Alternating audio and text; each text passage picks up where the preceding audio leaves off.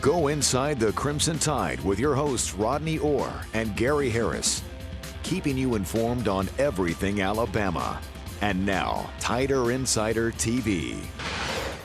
We got a lot of things to work on and a long way to go, but I like the attitude of the players in terms of how they were going about what they were doing, and there's a lot of things that we need to do, and I would say if there's one thing we need to improve on, it's just consistency and performance. You know, a lot of good things, but a lot of things we need to eliminate and get better at.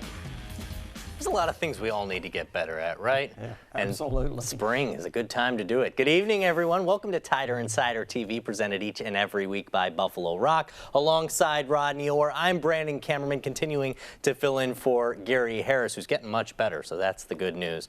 As always, Tider Insider TV brought to you by Buffalo Rock, and we're drinking Pepsi, the classic Pepsi. Well, the Crimson Tide's coming off its first spring scrimmage in Bryant-Denny Stadium on Saturday. One of the standouts was Jalen Hurts, received a lot of praise from Coach Saban as well as his teammates. The sophomore QB completed over 50% of his passes and threw 4 touchdowns with no interceptions. Now, it's only scrimmage, but the players can take plenty from the experience. You can take a lot. I mean, you can see the young guys develop, because I mean, I feel like a lot of younger guys, they develop in the spring because we do a lot of a learning process in the playbook. So I mean, I feel like you can take a lot from the spring. We have a good feel for what people are capable of, and I think this scrimmage was a good, benchmark for our offense to see where we're at. And I think we did a good job, and everyone's working really hard. So I'm proud of what we've done so far.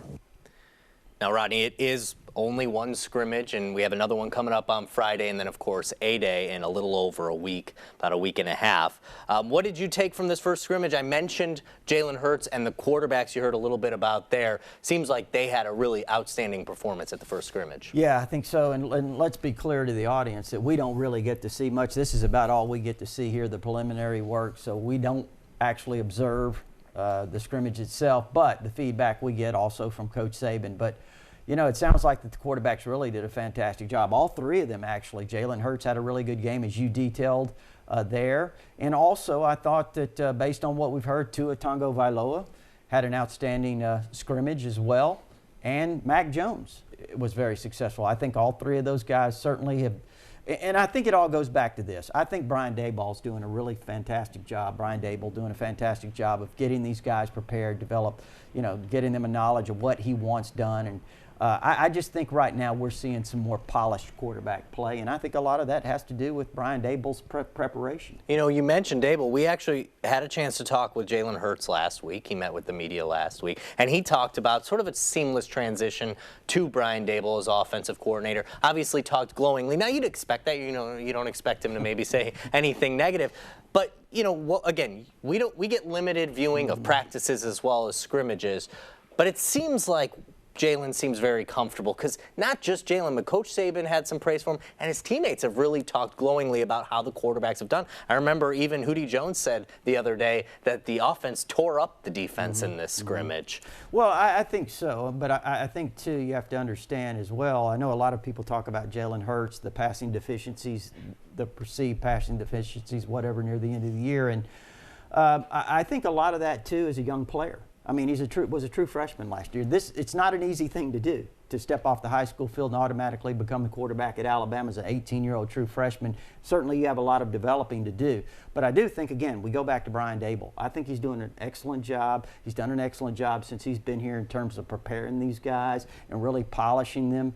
And I think that really showed in Saturday's scrimmage. And apparently, based on what we've heard, it was really a clean scrimmage in terms of not a lot of interceptions. If you look back to last year, maybe the year before, we kept getting these reports of all these interceptions that were thrown in these scrimmages leading up to A-Day, and just does not seem that this was a very sloppy scrimmage at all, which is very positive when you talk about where we are in the process of the spring practice. Now, another true freshman, you mentioned Jalen Hurts is a true freshman last year. Another true freshman who will likely get some playing time is Najee Harris at the running back position. Obviously an incredible talent. Another player that has received a lot of praise we've heard from his teammates. Again, through our limited viewing, he looks great.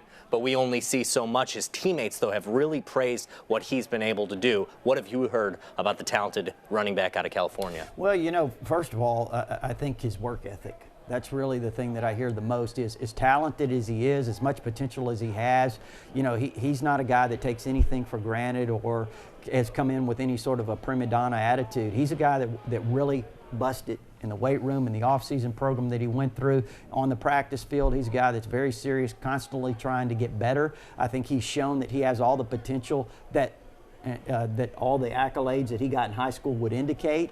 But not only that, I think when you look at, again, go back to the way what I think we'll see from Alabama offensively, I think he's a guy that can be very valuable as a receiver out of the backfield, will be utilized in that way when he gets his role. And I think, too, some of the other backs as well will be utilized in that way. You mentioned some of the other backs, and one player who I think maybe is a little bit of the forgotten guy is Brian Robinson, a local product out of Hillcrest High School. You know, he was fantastic at Hillcrest, had a phenomenal high school career, was highly touted coming out of high school. He just overshadowed a little bit because you got the Najee Harrises and the players who are already here in the program who are already so accomplished. Yeah, absolutely. He's a guy that, you know, when you talk to people that were actually observed the scrimmage, he's one of the ones that stood out in terms of his performance. He's another guy that did a fantastic job catching the ball out of the backfield in the scrimmage. So he's a really versatile guy. He's 220 pounds. He runs hard. And, you know, everyone you talked to at the scrimmage talked about he might have been the guy that was the most difficult to get on the ground. You know, very powerful guy. So, yeah, Brian Robinson's certainly a very talented player in his own right. And quickly on the defense, you know, Coach Saban said afterwards that they need to address the pass rush and get better at the pass rush. That right now he felt like the defense played okay against the run, but really talked a lot about how they're too focused on sacks and not just pressuring the quarterback. Kind of abnormal when you think of Alabama with that problem, but, you know, it's early in spring, and that's right now the focus for Coach Saban. Yeah, and I thought that was interesting what he mentioned about having to, you know, certainly talking about keeping the quarterback from scrambling, you know, keep him in the pocket, guard the rush lanes, whatever it is, just do a better job of that. And I think a lot of that's experience. You know, you've got some younger guys, certainly, but also I think when you look at it potentially, when you look at the defensive front with Deron Payne, Deshaun Hand, and I really think Isaiah Buggs is going to be a fantastic player, the junior college transfer, and whoever's coming from the outside, whether they stick Rashawn Evans out there as a pass rusher or, you know, you've got Christian Miller, you know, you certainly have Terrell Hall, Anthony Jennings, all of those guys are very talented players, and I really think that when, you know, once they get on the same page and have their assignments together, those guys are going to be good. It's early. It's early. We got some time. Very early. Still to come on Tider Insider Television. An incoming freshman shows off his speed on the track. And a former Crimson Tide player headed to the NFL, how Brandon Sylvie came back to the spotlight following an injury at last year's Pro Day. And coming up, we're welcoming your phone calls, emails, tweets. You see it all right there on your screen. 348-WVUA, 348-9882. You can email us or tweet us at #TITV. We'll be right back after the break. Incoming Alabama freshman Henry Ruggs at a recent track and field meet. That's Ruggs out front.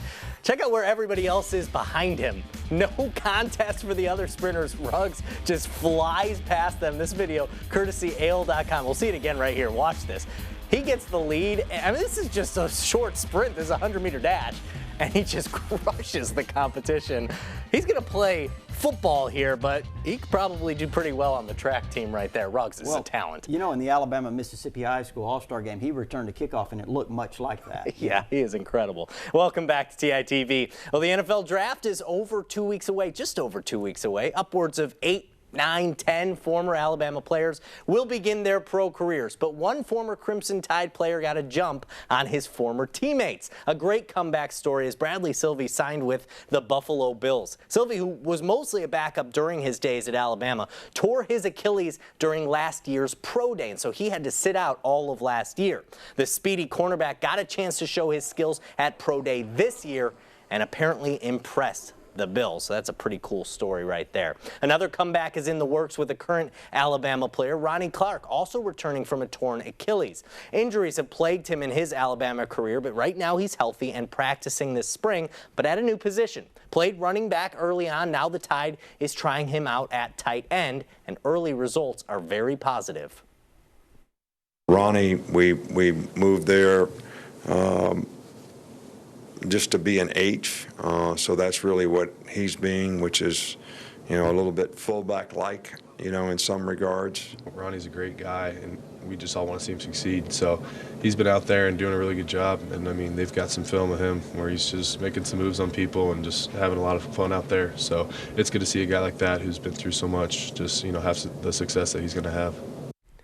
One of 4 Alabama offensive coaches to move on from last year's team is Billy Napier. He's now offensive coordinator at Arizona State. Well, a CBS Sports article interviewed ASU's head coach Todd Graham, who said Napier was pissed, excuse my language, because he was passed over for the OC job here in Tuscaloosa, the job that eventually, of course, went to Steve Sarkisian and now Brian Dable. Rodney, does Napier, who was the wide receivers coach for 4 years here, also an offensive analyst here, does he have a right to be upset? Well, first of all, I don't understand why Todd Graham would even mention that.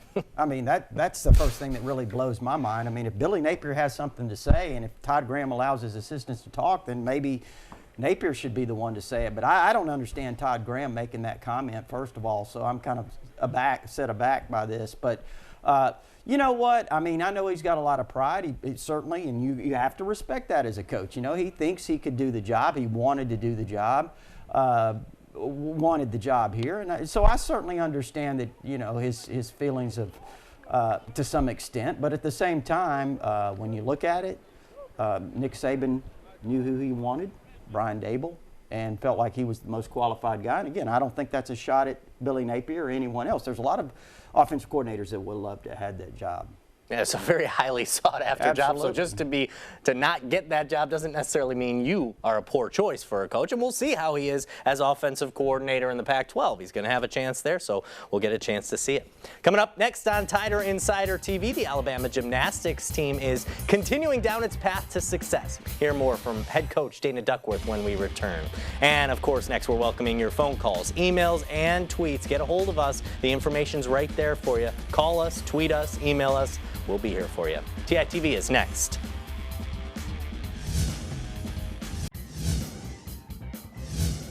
We have all the tools to be successful. And that first night of the national championship, you go all in. There is nothing to hold back. There is nothing to be fearful of, because at the end of the day, you put it all out there, the outcomes will take care of themselves. 35th consecutive national semifinal appearance. That starts Friday, looking to punch its ticket to its 10th straight Super 6 on Saturday. A trio of Alabama gymnasts were also named regular season All-Americans today. Senior Asia Sims and juniors Nikki Guerrero and Kiana Winston were all honored. So good for them and good luck this weekend. Now we'll head to the phone lines and we'll start right here in Tuscaloosa with Mary. Mary, how are you? I'm good. How are you? Doing well, thank you. I got 2 questions. Okay. When is Vandarius Cowan coming in? And will Brian Robinson get to play some this year?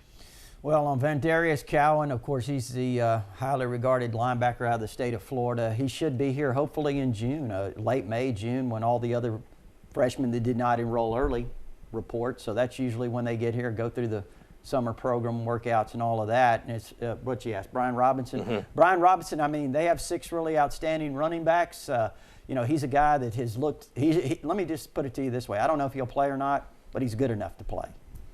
There you go. I like it because, you mentioned about Vandarius Cowan. We have so many great early enrollees here. Sometimes you forget there's a whole group still coming in of talented freshmen. All right, we'll stick to the phones. We'll go to Anniston and talk to Harold. Harold, how are you? How you doing, guys? Doing great. I hope Gary's getting better, guys. He is. He'll be back soon. I got one question, but I want to make a comment about the Grant situation. Coach Grant is a great coach, everything, but I think he did a poor job while he was at Alabama, but I hope he does better at his new job.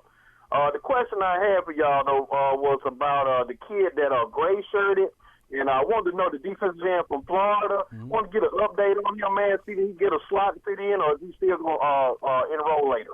Well, Harold, again, I think a lot of that will be decided later on. Sometimes you have guys that don't make it academically. If there's a slot that opens up for him, then he'll certainly be a part of the group that comes in this summer or for the fall.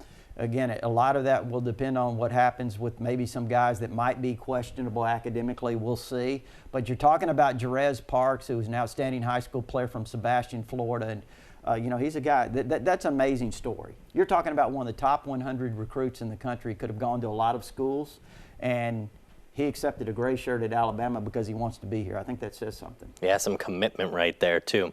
All right, we'll stick to the phone lines. Go to Bluff Park, talk to Rick. Rick, how are you? Just fine, fellas. How y'all doing this evening? I'm doing great. Good deal, good deal. I've got a question about the defensive backfield, Rodney. Just how are the safeties and cornerbacks panning out? Also, a couple of number comparisons. I had compared Josh Jacobs, number 25, this past year to Derek Lassick, number 25. Also, similar running styles. And also, I was looking at Najee Harris a while ago, number 22, and he looks like Marcus Dupree reincarnated. Oh. Give me some comments on this. I appreciate you taking my call. Thank you. Yeah. Well, Josh Jacobs, I mean, if I thought 25, yeah, I think that's probably a good comparison to Lassick, but also really think it's a good comparison if you thought about Lenny Patrick. But, you know, we'll see. If Najee Harris is as good as Marcus Dupree, then watch out. As far as the defensive backfield, I think, you know, there are a lot of guys returning back there. You've got Anthony Averett at the right corner position. Minka Fitzpatrick has experience just about everywhere. Ronnie Harrison, you know, he's back as well. Tony Brown started the last half of the season at the star spot when Eddie Jackson went down and Minka had to switch back there to safety. The spot they're really trying to fill, obviously, is left corner with Marlon Humphrey gone.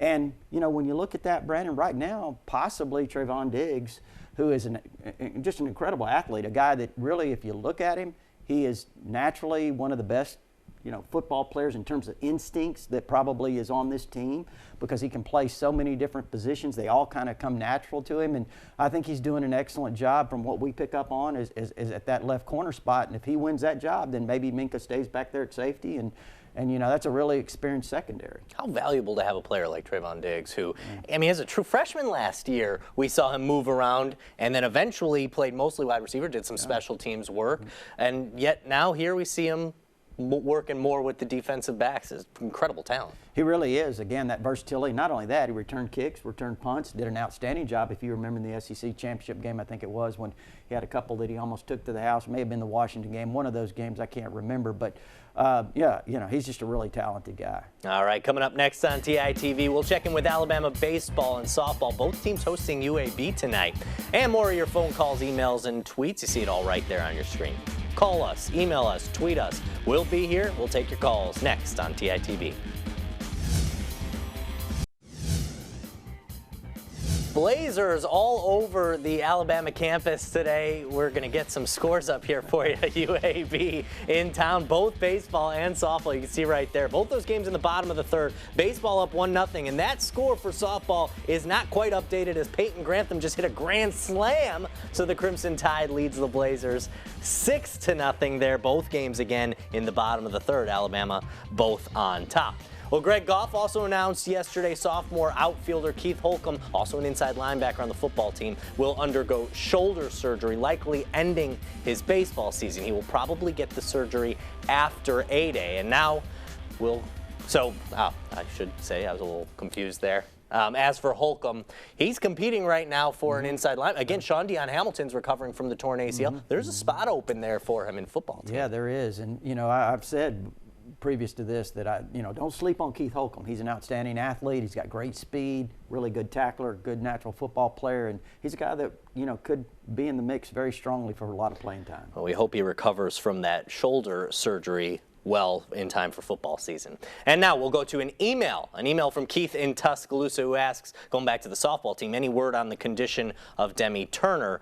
So we had the injury to Keith Holcomb on the baseball team. Demi Turner actually got hit in the face with a softball, a horrific injury, fractured her orbital bone, suffered a concussion. Last we spoke to head coach Patrick Murphy, he said that she's going to need about 10 days, and that was a few days ago. So probably towards next week is when they'll get a better idea of whether or not she can be back in time for the postseason, or even possibly before. I think a good thing is she is expected to come back, but man, with a concussion and fractured orbital bone, you don't want to mess with that. You want her to be fully healthy when she comes back. That was up in the Missouri series. That's right.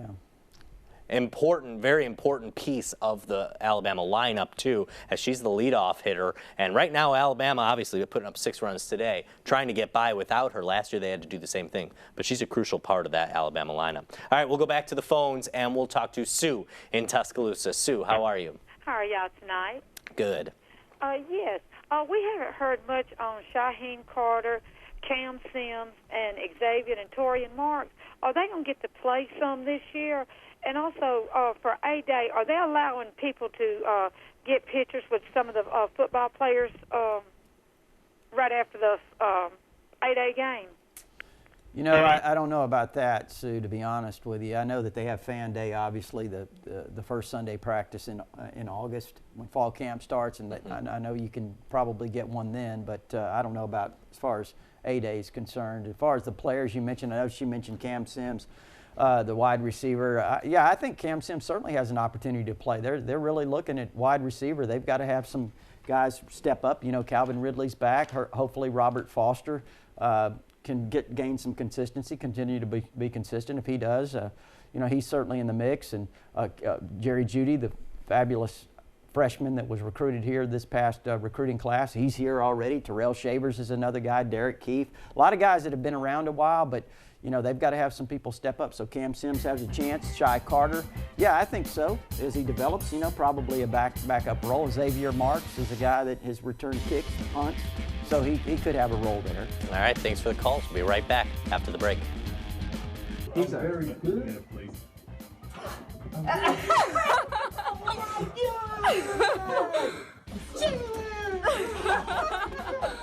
Jalen Hurts surprised a fan at Arts and Autism, a local organization in Tuscaloosa. Justin, a graduate of the program, now a teacher there, is a huge Jalen Hurts fan. Crimson Tide quarterback found out about Justin's passion, surprised him, but didn't surprise his teammates. He's a great guy, and he cares about the community and the fans, and, you know, he likes to give back to the people who supported him so much. And, you know, I've known him since he first walked on campus, and all the hype and all that hasn't made him any less humble and, you know, willing to reach out and support people. Awesome story there. An awesome store in downtown Tuscaloosa is the Locker Room. That's where Rodney and I get our shirts and ties. Go by there for the original elephant wear.